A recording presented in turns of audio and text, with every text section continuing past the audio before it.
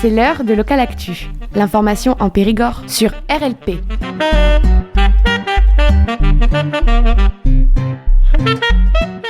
Chère Radio Libre en Périgord, je ne voulais pas partir de cette aventure sans dire un mot, des mots qui concluent mon expérience avec vous. Et comment faire ça autrement qu'en faisant un enregistrement ? Alors oui, effectivement, je peux vous remercier individuellement et espérer que ma gratitude soit reconnue à sa juste valeur. Mais bon, à la radio, il me semble que l'honneur le plus juste qu'il soit est de prendre de mon temps, de convoquer mes pensées et d'enregistrer ma voix pour affirmer ma reconnaissance. Alors, si vous ne le saviez pas, chers auditeurs, RLP est une radio associative. Et honnêtement, quand j'ai commencé mon voyage radiophonique, je n'avais pas saisi la beauté de ce que cela signifiait. Une radio associative, ça veut aussi dire une radio libre.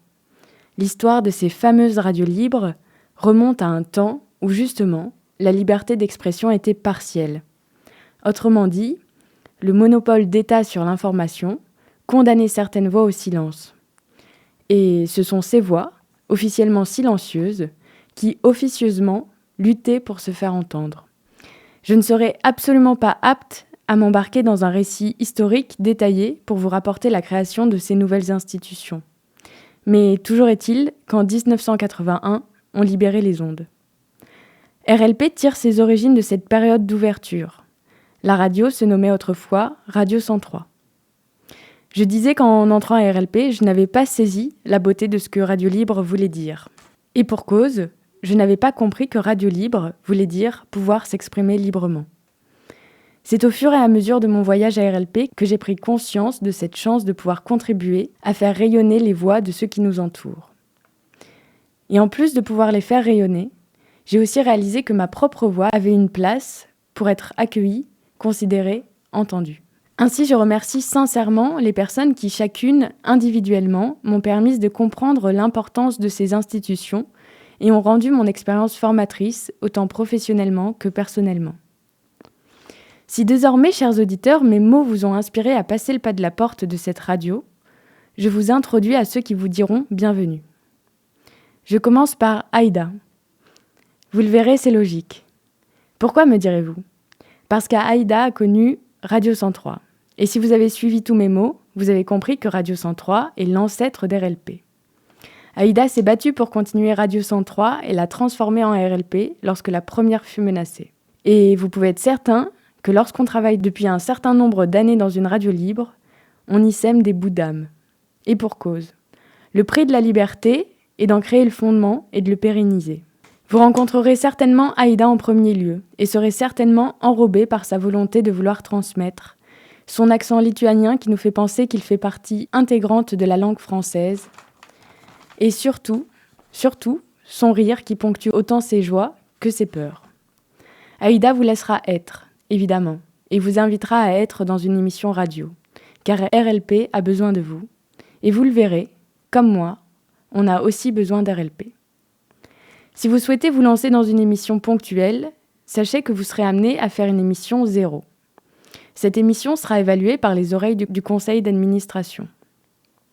Isabelle en est la présidente. Isabelle a investi cette fonction avec sa personnalité. Montesquieu disait « Pour qu'on ne puisse abuser du pouvoir, il faut que, par la disposition des choses, le pouvoir arrête le pouvoir. » Isabelle n'est pas avide de pouvoir. Au contraire, elle protège la liberté d'initiative et vous invite, vous encourage à prendre place chaleureusement.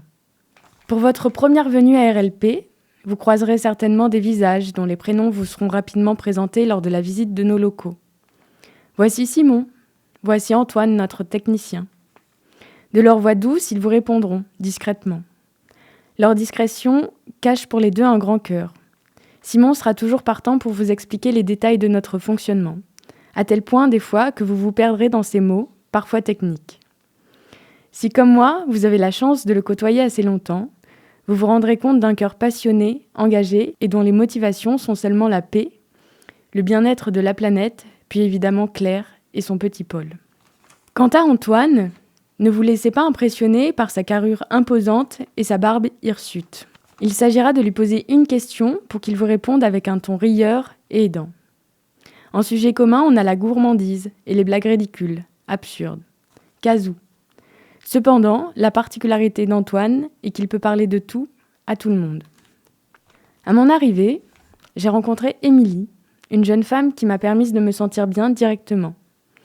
Peu confiante envers ses propres capacités, elle m'impressionnait cependant par sa rigueur et sa volonté de bien faire. Aujourd'hui, elle est diplômée d'une formation d'animatrice radio. Quel parcours!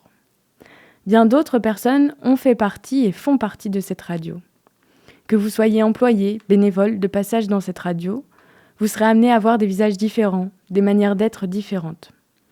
Si vous êtes auditeur d'RLP, vous vous en rendez bien compte. Les émissions se suivent mais ne se ressemblent pas. C'est un choix d'écouter ou pas certaines de nos diffusions. Vous êtes libre. Voilà. Il faut bien se rendre compte de ça. Vous êtes libre. D'écouter, de faire, d'apprendre avec RLP. Ainsi, je vous remercie une dernière fois. Merci à chaque personne que j'ai croisée, aux auditeurs et à ceux qui constitueront plus tard l'équipe d'RLP. Quant à moi, j'espère que mon voyage sur les ondes n'est pas fini. Quoi qu'il en soit, désormais, je sais que ma place se situe quelque part. C'était Emma. J'ai travaillé pendant presque 2 ans à RLP et malheureusement, pour des raisons économiques, je ne peux pas continuer dans cette chouette radio libre. Mais je vous invite chacun à venir, comme moi, faire un petit tour à RLP. Et voilà, c'était un petit mot pour terminer cette aventure et qui continuera d'une autre manière. Je vous remercie, chers auditeurs, de m'avoir écouté.